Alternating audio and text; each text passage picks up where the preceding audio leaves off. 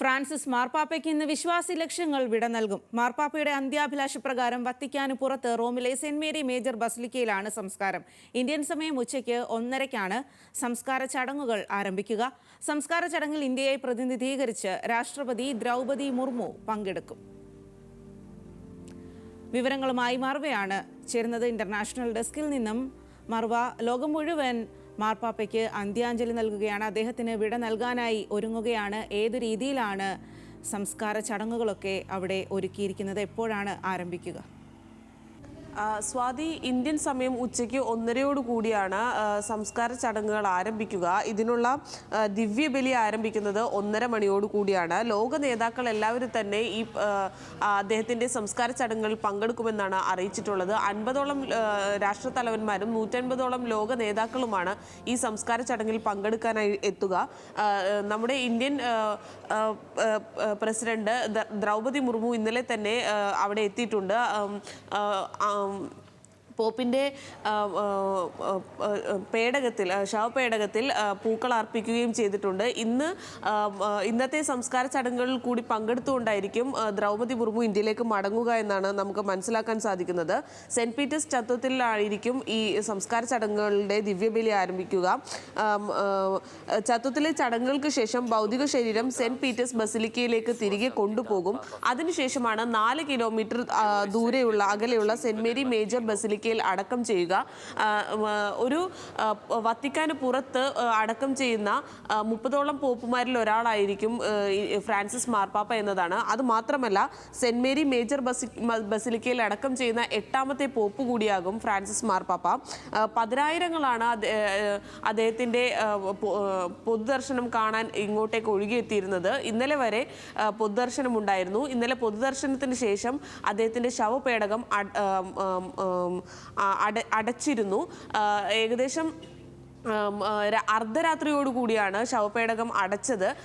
2.5 ലക്ഷത്തോളം ആളുകളാണ് പൊതുദർശന സമയങ്ങളിൽ ഏപ്രിൽ 21-നാണ് അദ്ദേഹം മരിക്കുന്നത്. അതിനുശേഷം ഇന്നലെ വരെ ഏകദേശം 2.5 ലക്ഷത്തോളം ആളുകളാണ് അദ്ദേഹത്തിനെ അവസാനമായി ഒരു നോക്ക് കാണുവാൻ വേണ്ടി വത്തിക്കാനിലേക്ക് ഒഴുകിയെത്തിയത് എന്നുള്ളതാണ് കണക്കുകൾ പ്രകാരം മനസ്സിലാക്കാൻ സാധിക്കുന്നത്.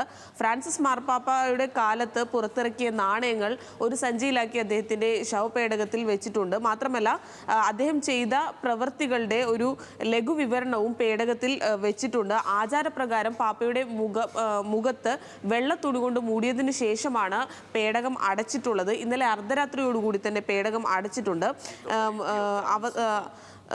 87 പേജുകളുള്ള സംസ്കാര ചടങ്ങുകളുടെ ശുശ്രൂഷ ക്രമമാണ് വത്തിക്കാൻ പ്രസിദ്ധീകരിച്ചിട്ടുള്ളത്. നമുക്കറിയാം, മാർപ്പാപ്പമാരെ അടക്കുന്നത് 3 പെട്ടികളിലായാണ്. സർപ്രസ്, ഓക്ക്, വാഗ മരങ്ങൾ കൊണ്ടുള്ള 3 പെട്ടികളിലായാണ് മാർപ്പാപ്പമാരെ അടക്കാറുള്ളത്.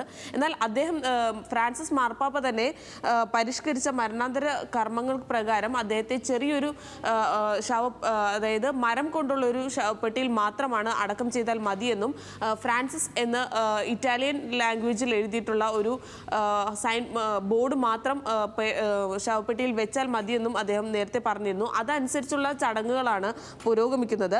കർദിനാൾ സംഘത്തിന്റെ തലവനായി ജിയോവാനി ബാസ്റ്റാറെ മുഖ്യ കാർമ്മികത്വം വഹിക്കും.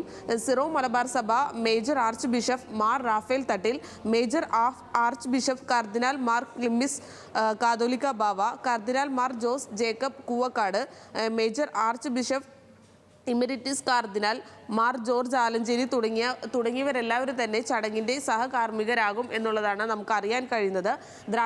രാഷ്ട്രപതി ദ്രൗപദി മുർമുവിനൊപ്പം തന്നെ കേന്ദ്രമന്ത്രി കിരൺ റിജ്ജു, കേന്ദ്ര സഹമന്ത്രി ജോർജ് കുര്യൻ, കേരള സർക്കാരിൻ്റെ പ്രതിനിധിയായി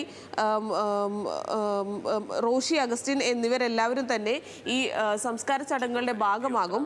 മാത്രമല്ല, US പ്രസിഡന്റ് ഡൊണാൾഡ് ട്രംപ് ഇപ്പോൾ സംസ്കാര ചടങ്ങുകൾ പങ്കെടുക്കാനായി അവിടെ എത്തിയിട്ടുണ്ട് എന്നുള്ളതാണ് പുറത്തു വരുന്ന റിപ്പോർട്ടുകൾ. ബ്രിട്ടീഷ് പ്രധാനമന്ത്രി കിയ സ്റ്റാമർ, ഇറ്റലി പ്രധാനമന്ത്രി ജോർജ മെലിനി, അർജന്റീനൻ പ്രസിഡന്റ് ഹാവിയർ മിലെ, ഫിലിപ്പീൻസ് പ്രസിഡന്റ് തുടങ്ങിയവർ എല്ലാവരും തന്നെ ഇപ്പോൾ ഈ സംസ്കാര ചടങ്ങുകൾ പങ്കെടുക്കാനായി വത്തിക്കാനിൽ എത്തിക്കഴിഞ്ഞിട്ടുണ്ട്.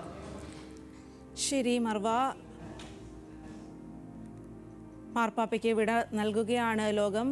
ഇന്ന് വിശ്വാസി ലക്ഷങ്ങൾ വിട നൽകും. മാർപ്പാപ്പയുടെ അന്ത്യാഭിലാഷ പ്രകാരം വത്തിക്കാന് പുറത്ത് റോമിലെ സെന്റ് മേരി മേജർ ബസിലിക്കയിലാണ് സംസ്കാരം നടക്കുക.